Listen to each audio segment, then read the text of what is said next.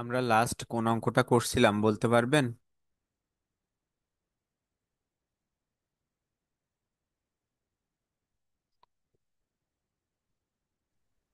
10 number মনে হয়। 10 নম্বর। 11 করাইছিলাম না? ভাইয়া 11। 11 তো 10 11 করাইছিলাম লাস্ট ক্লাসে, তাই তো? হ্যাঁ, তাহলে আজকে আমাদের দশ অধ্যায় এগারো শেষ হয়ে আর যাবে। 12 13। আমরা আগামী ক্লাসে নতুন একটা অধ্যায় শুরু করব। দেখেন আমাদের 11 নম্বর 12 নম্বর অঙ্কটা কি বলছে। 12 নম্বর অঙ্কটা বলছে গত দিনের অঙ্কের মতোই, একটা অঙ্কের মতো, কিন্তু সামান্য কিছু এক্সট্রা অংশ আছে এখানে। বলছে দেখেন, in examination following the result obtained regards to subject. দুইটা সাবজেক্টের কিছু তথ্য এখানে দেওয়া আছে। এখন সেই যে অংশটা দেওয়া আছে, আমরা যদি একটু খেয়াল করতে চাই আমাদের কাছে কি কি দেওয়া আছে। দেখেন তো, আমাদের যে তথ্যটা অনুযায়ী মিন দেওয়া আছে আর স্ট্যান্ডার্ড ডেভিয়েশন দেওয়া আছে। মিন বলছে স্ট্যাটিস্টিক্স আর ইংলিশ দুইটা সাবজেক্ট। মিন আছে স্ট্যাটিস্টিক্সে 39.5, আর পরবর্তীতে ইংলিশে আছে 47.5। স্ট্যান্ডার্ড ডেভিয়েশন আছে 10, স্ট্যাটিস্টিক্স আর ইংলিশে আছে 8। এখন আমাদের আরো কয়েকটা তথ্য দিয়ে বলছে যে coefficient of regression to the above of the above subjects, কোরিলেশনের মান, কোএফিসিয়েন্ট অফ কোরিলেশন দেওয়া আছে আমাদের 0.42, অর্থাৎ আর এর মান দেওয়া আছে। পরবর্তীতে বলছে ডিটারমাইন্ড, আমাকে ক্যালকুলেশন করতে বলছে বা নির্ণয় করতে বলছে the two two regression equations and compute the value. আমাকে ভ্যালু নির্ণয় করতে বলছে। দেখেন, ওয়াই যদি হয়, ওয়াই এর মান নির্ণয় করতে বলছে ইফ এক্স সমান 50। আর এগেইন ডিটারমিনেশন, আরেকটা দেখেন ভ্যালু নির্ণয় করতে বলছে এক্স এর মান ইফ ওয়াই সমান 30। অর্থাৎ আপনার একবার এক্স এর মান নির্ণয় করতে বলছে, একবার ওয়াই এর মান নির্ণয় করতে বলছে। এক জায়গায় এক্স দেওয়া আছে, এক জায়গায় ওয়াই দেওয়া আছে। তাহলে এটার মাধ্যমে আপনার বোঝা যাচ্ছে যে আপনাকে ইকুয়েশন দুইটা নির্ণয় করতে হবে। এবং দেখেন এখানে বলেও দিছে যে ইকুয়েশনস, অর্থাৎ প্লুরাল করা আছে, অর্থাৎ আমাকে দুইটা ইকুয়েশন নির্ণয় করতে হবে। কিন্তু ইকুয়েশন গুলো আমরা যে সহজ, মানে প্রথম অংশের যে সূত্র সেই সূত্র দিয়ে করতে পারবো না, কারণ আমার অঙ্কের মধ্যে স্ট্যান্ডার্ড ডেভিয়েশন দেওয়া আছে, মিন দেওয়া আছে। তাহলে আমরা মিন আর স্ট্যান্ডার্ড ডেভিয়েশনের যে সূত্র সেই সূত্রের মাধ্যমে আমাদেরকে সমাধান করতে হবে। তাহলে আমরা অঙ্কটা পড়ে বুঝতে পারলাম যে আমাদের দুইটা ইকুয়েশন করতে হবে, সেখানে আমার মিন দেওয়া আছে দুইটা, স্ট্যান্ডার্ড ডেভিয়েশন দেওয়া আছে দুইটা। এটাকে যদি মিন এক্স বলি, এটা মিন ওয়াই, অর্থাৎ এক্স বার ওয়াই বার এর মান দেওয়া আছে, আর স্ট্যান্ডার্ড ডেভিয়েশন দেওয়া আছে, আর দেওয়া আছে। দেখেন আমরা যদি ক্যালকুলেশনের দিকে যাই, কি বলছে। প্রথম অবস্থায় আমাদের যে কয়টা মান দেয়া ছিল সেই মান কয়টা লেখা আছে দেখেন, গিভেন দ্যাট দিয়ে সামেশন এক্স, এক্স বার দেওয়া আছে 39.5, ওয়াই বার দেওয়া আছে 47.5, সিগমা এক্স দেওয়া আছে 10, সিগমা ওয়াই দেওয়া আছে 8, আর আর এর মান দেওয়া আছে 0.40। আমরা এই পাঁচটা মান যে দেওয়া আছে এই পাঁচটা মান বুঝতে পারছি? কারোর কোনো প্রশ্ন আছে এই পাঁচটা মানে? না ভাইয়া। আচ্ছা, এখন দেখেন পরবর্তী অংশে যদি আমাদের কাছে এখানে ভেরিয়েন্স দেয়া থাকতো তাহলে সিগমা স্কোয়ার হতো, তাকে রুট করে আমরা কিন্তু এখানে নিয়ে আসতাম, সিগমা এক্স করতাম। দেখেন আমরা যদি ক্যালকুলেশন করতে চাই, calculation of regression equation Y on X, Y on X এর সূত্র কি? ওয়াই সমান A one plus B on X. A one এর মান, বি ওয়ান এর মান এখানে দেওয়া আছে, কারণ কি আমরা ক্যালকুলেশন করে বের করে নিয়েছি। দেখেন হেয়ার বি ওয়ান সমান R into sigma Y by sigma X, আমাদের কাছে মান দেয়া ছিল, আর এর মান দেয়া ছিল 0.42, আর সিগমা এক্স সিগমা ওয়াই দেয়া ছিল 8, সিগমা এক্স দেয়া ছিল 10। ক্যালকুলেশন করে হয়েছে 0.43। পরবর্তী অংশে দেখেন আরো একটা মান আমাদেরকে বের করতে হবে, সেই মানটা কি? তাহলে এই একটা মান ছিল আমাদের বি ওয়ান এর মান। দেখেন এখানে আমরা এই বি ওয়ান এর মানটাই সমীকরণে বসাইছিলাম। আর এ ওয়ান এর মান যদি আমরা বের করতে চাই তাহলে এ ওয়ান এর সূত্র কি? Y bar minus b one x বার। আমাদের কাছে মান আছে, ওয়াই বারের মান আছে মাইনাস বি ওয়ান, এক্স বারের মানও আছে, তাহলে সেখান থেকে ক্যালকুলেশন করলে আসলো 34.07। দেখেন আমরা এই সমীকরণে মান বসাইছিলাম। আমি আপনাদেরকে প্রথমেই বলছিলাম আপনারা এখানে এক লাইন ফাঁকা রেখে দিতে পারেন, অথবা কি করবেন, নিচে এসে বলবেন যে putting the value of equation Y on X. করে আপনি এই অংশটা নির্ণয় করতে পারেন, অথবা এইখানেই আপনি বসায় দিতে পারেন। তাহলে দেখেন এই ইকুয়েশন থেকে আপনার এক্স এর মান যদি বসাতে পারি তাহলে আমার ওয়াই এর মান চলে আসবে। তাহলে আমরা সেটা পরবর্তী অংশে দেখব। এখন আমাদের একটা ইকুয়েশন এ পর্যন্ত বের হয়েছে। ইকুয়েশন নিয়ে কারো কোনো প্রশ্ন আছে? প্রথম ইকুয়েশনটা। না ভাইয়া। আচ্ছা, আমরা যদি পরের ইকুয়েশনে যাই, দেখেন আমাদের পরবর্তী ইকুয়েশন কি আছে।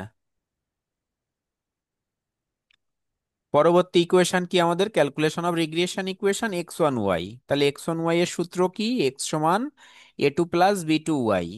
এ টু এবং বি টুর মান দেখেন এখানে বসিয়ে রাখছি, আমরা ক্যালকুলেশনটা করে নিছিলাম। ক্যালকুলেশনটা কি আসছে? এই যে বি টুর সূত্র। তাহলে R into sigma Y by sigma X. Calculation করলাম, ক্যালকুলেশন করলে দেখেন মান আসলো 0.53।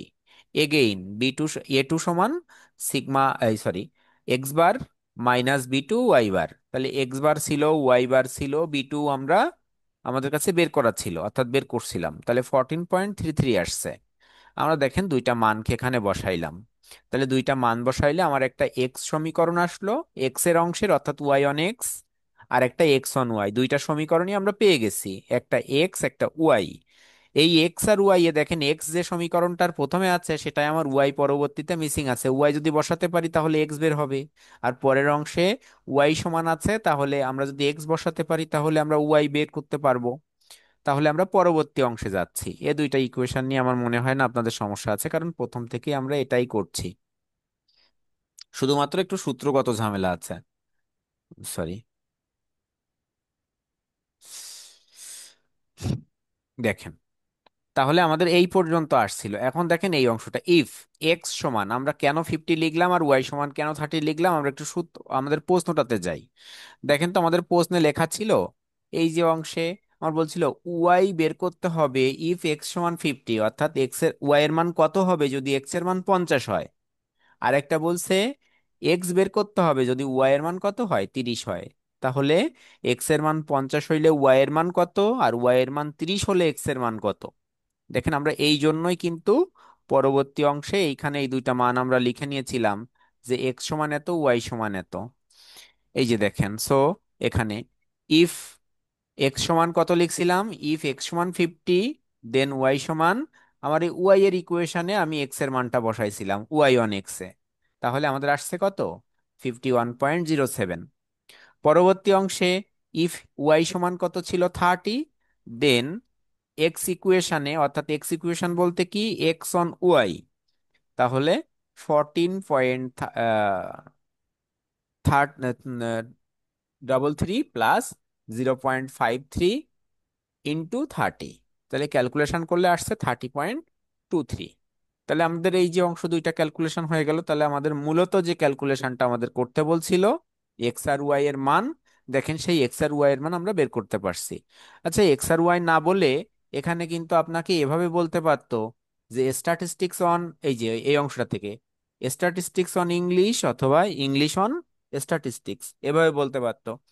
আর আমরা এই যে X on Y, Y on X, এখানে দেখেন এক্স ওয়াই দেওয়া আছে, কিন্তু আমরা এভাবে ক্যালকুলেশন করলাম একটাই কারণে, আমরা সব সময় মনে রাখবো প্রথম শর্তটাকে আমাদেরকে এক্স ধরতে হবে, দ্বিতীয় শর্তটাকে আপনাকে ওয়াই ধরতে হবে। অর্থাৎ এই অংশটা প্রথম যে সাবজেক্ট বলেন, মানে যে টপিক্সই আপনার থাক না কেন দুইটা, সেই টপিক্সের প্রথম টপিকসটাকে আমরা এক্স ধরবো, দ্বিতীয় টপিকসটাকে আমরা ওয়াই ধরবো। কারো কোনো প্রশ্ন আছে এখানে?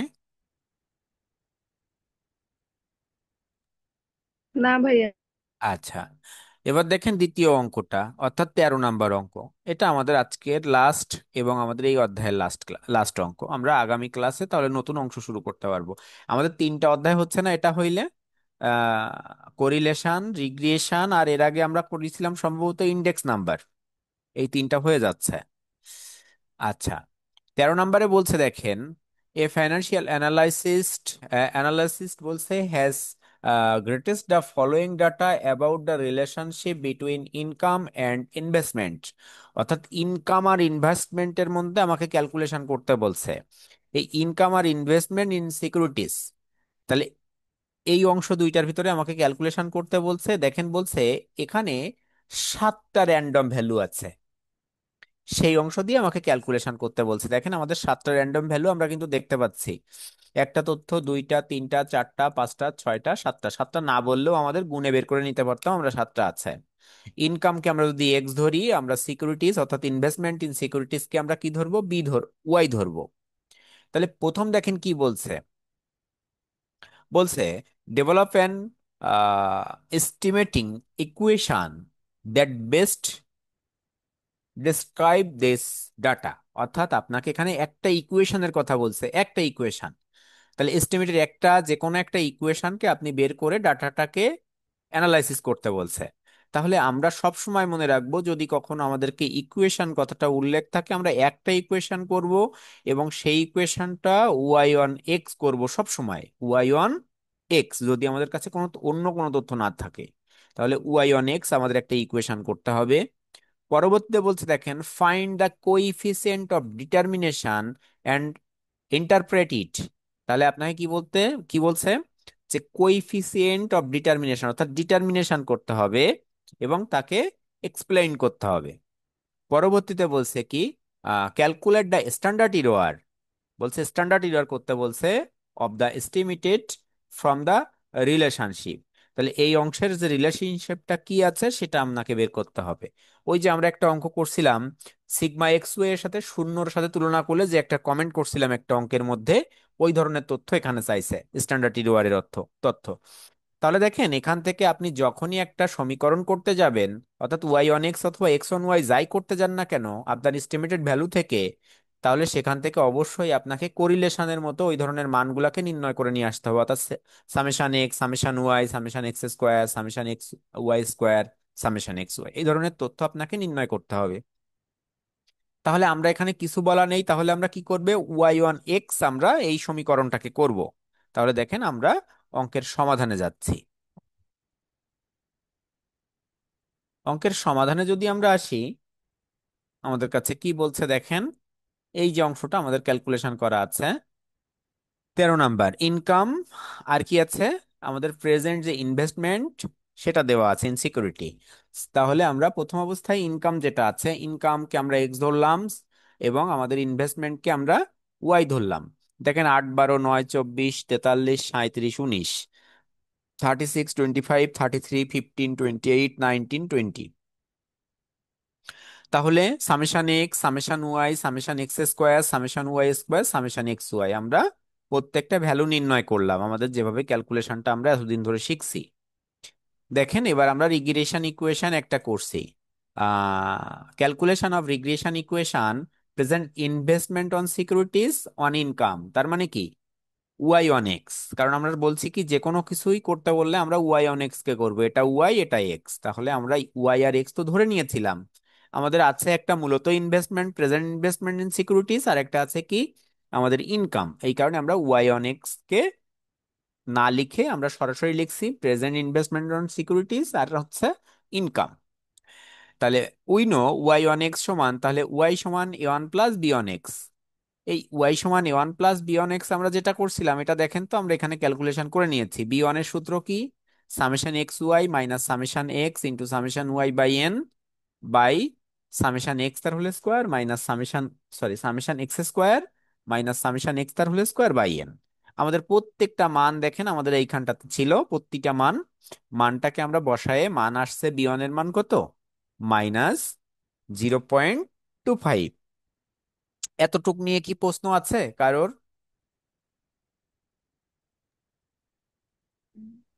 না ভাইয়া।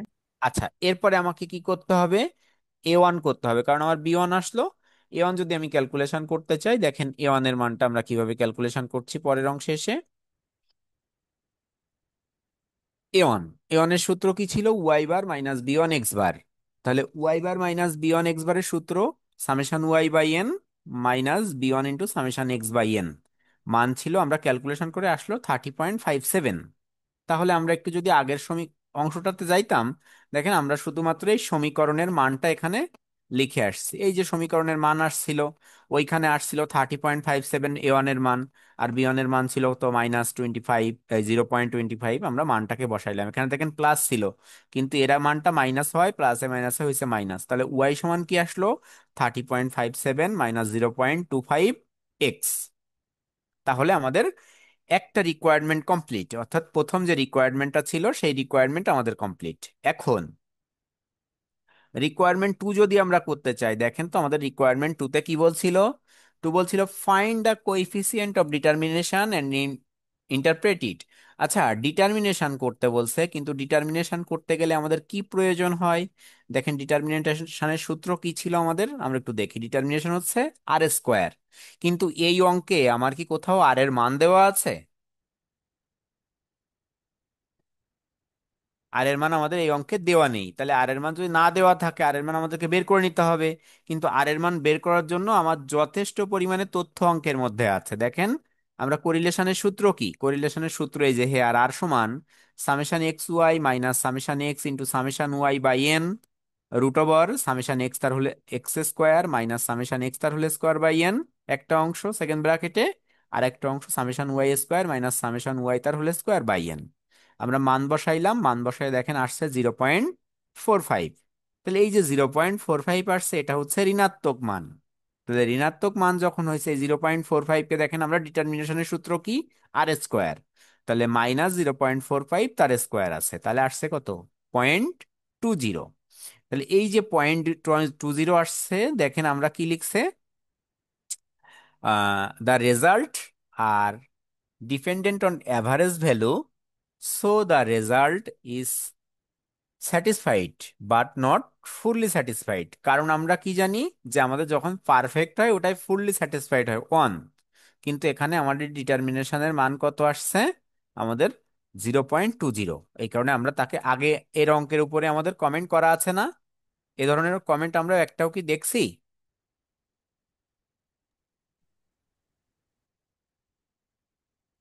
সম্ভবত আছে, আপনাদের একটা অঙ্ক মনে হয় আমি করাইছিলাম। তাহলে দেখেন আমাদের এখানে the result are dependent on average value, অর্থাৎ আমাদের যে অ্যাভারেজ ভ্যালুর উপরে ক্যালকুলেশন করতে বলছিল সেই ভ্যালুগুলো আমার এখানে আছে। So the result is satisfied but not fully satisfied. আমরা যদি আমাদের পারফেক্ট হতো তাহলে আমরা তো এখানে স্যাটিসফাইড হতে পারতাম ডিটারমিনেশন। তাহলে এই পার্টটা গেল। এখন দেখেন আমাদের আর একটা পার্ট আছে। আর একটা পার্ট কি বলছিল, আর একটা পার্ট বলছে calculate the standard error the estimated from the relationship. এই যে আর একটা অংশ আছে এখানে, তাহলে আপনাকে কি করতে হবে, স্ট্যান্ডার্ড ইরর ক্যালকুলেশন করে সেখানে আপনাকে একটা কমেন্ট করতে হবে, কারণ রিলেশনশিপ সেটার কি অবস্থায় আছে সেটা নির্ণয় করতে বলছে। তাহলে যদি আমরা সেখানে যাই, দেখেন এর পরবর্তী অংশটাতে যদি যাই, calculation of standard error Y on X, সব কিন্তু আমরা কিন্তু ওই প্রথম সমীকরণটা স্ট্যান্ডার্ড ইরোয়ারও কিন্তু x on Y Y on x দুইটাই হয়। তাহলে আমরা প্রথম যে কিছুই বলা নেই তাই আমরা একটা সমীকরণকে ব্যবহার করে কমেন্ট করছি বা ক্যালকুলেশন করছি সব জায়গায়। We know sigma x y সমান সিগমা এক্স রুট ওভার 1 - আর স্কোয়ার। কিন্তু এখানে খেয়াল করেন তো, আমার কাছে সিগমা এক্স কিন্তু নাই অঙ্কের মধ্যে, কিন্তু সিগমা এক্স আর সিগমা ওয়াই বের করার একটা সূত্র আছে। মনে হয় আপনাদের ওখানে সরাসরি লেখা নাই। হেয়ার দেখেন সিগমা এক্স সমান root over sigma x, sorry, summation x square by n minus summation x by n তার হোল স্কোয়ার। কিন্তু এই জায়গাটা একটু খেয়াল করেন তো, আপনার এই যে অংশটা আমরা লিখছি, এই অংশটা যদি সিগমা ওয়াই বের করতে বলতো তাহলে কি কি চেঞ্জ হতো এখানে? শুধুমাত্র এখানে ওয়াই স্কোয়ার আসতো, আর এখানে সামেশন ওয়াই বাই এন এর হোল স্কোয়ার হতো, অর্থাৎ এক্স আর ওয়াই, এক্স এর দুইটা জায়গায় আমাদের ওয়াই আসতো। তাহলে সিগমা এক্স এর সূত্র এটা যদি না দেওয়া থাকে বের করার জন্য, আর সিগমা ওয়াই এর সূত্র হতো যেখানে যেখানে এক্স আছে সেখানে সেখানে ওয়াই দিয়ে। তাহলে দেখেন আমাদের কাছে যে ক্যালকুলেশনটা আসছে কি হয়েছে, calculation of standard error Y one X. তাহলে সিগমা ওয়াই এক্স সমান সিগমা এক্স রুট ওভার 1 - আর স্কোয়ার। আমরা ক্যালকুলেশন করলাম, দেখেন আর এর মান আমরা কিন্তু বের করে আসছিলাম, কিন্তু যদি আমরা আর এর মান ওখানে না বের করতাম আমাদের এখানে এসে কিন্তু আবার আর এর মান নির্ণয় করতে হতো, কারণ আমার আর এর মানটা ক্যালকুলেশনে প্রয়োজন ছিল। তাহলে যখন আমরা এখানে ক্যালকুলেশন করছি দেখেন এই যে 12.78 আসছিল, তাই আমরা এখানে দিয়ে ক্যালকুলেশন করছি, করে আসছে 11.43। তাহলে এখানে আমাকে একটা কমেন্ট করতে বলছিল। দেখেন কমেন্টটা পেন্সিল দিয়ে লেখা আছে, একটু খেয়াল করবেন। দেখেন কমেন্টটা লেখা আছে কি, comment here sigma Y x greater than 0, অর্থাৎ সিগমা ওয়াই এক্স বড় আর জিরো ছোট।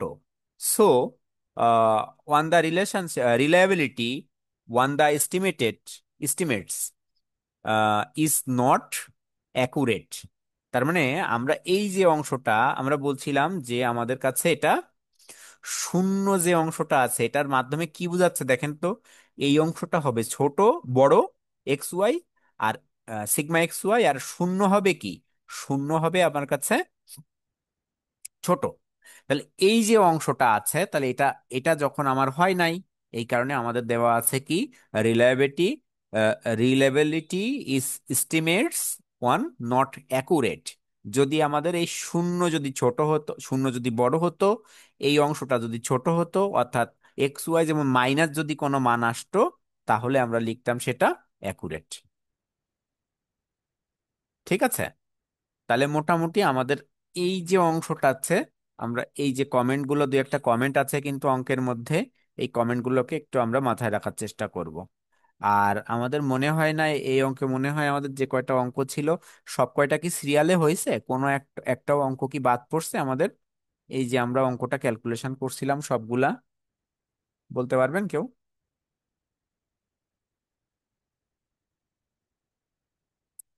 আপনারা যদি স্ক্রিনশট নিতে চান নিতে পারেন, স্ক্রিনশটটা নিয়ে নেন।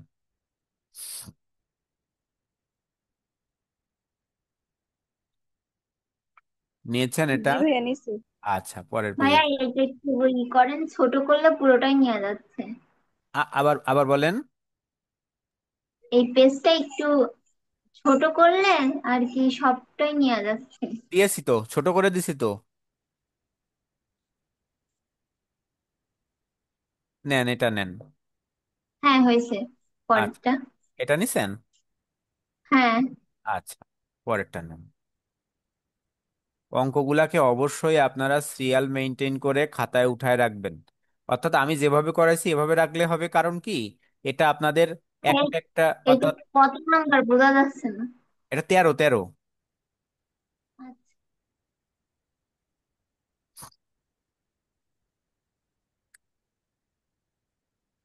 আচ্ছা, তারপরে আপনারা এই আমি যে সিরিয়ালে আপনাদেরকে সমাধান করলাম এই সিরিয়ালে উঠায় রাখবেন, তাহলে আপনাদের সুবিধা হবে। সুবিধা কোন দিক থেকে হবে, যে হচ্ছে সহজ থেকে আস্তে আস্তে একটু একটু কঠিন, এভাবে এভাবে আমরা চলে গেছি। হ্যাঁ, এই কারণে তারপর আপনাদের, ভাইয়া। হ্যাঁ এটা, এই পেন্সিল দিয়ে এক লাইন লেখা আছে কিন্তু দুই লাইন, এটা কিন্তু একটু লিখবেন দেখে। হ্যাঁ, হ্যাঁ, হয়েছে। আচ্ছা, ঠিক আছে, তাহলে আমরা আগামী দিন নতুন একটা অধ্যায় শুরু করব, ঠিক আছে? ভালো থাকবেন আপনারা। আচ্ছা। আর আপনাদের কিন্তু আগামী সপ্তাহ থেকে শিডিউল আগে যেভাবে ছিল সেভাবে ক্লাস হবে।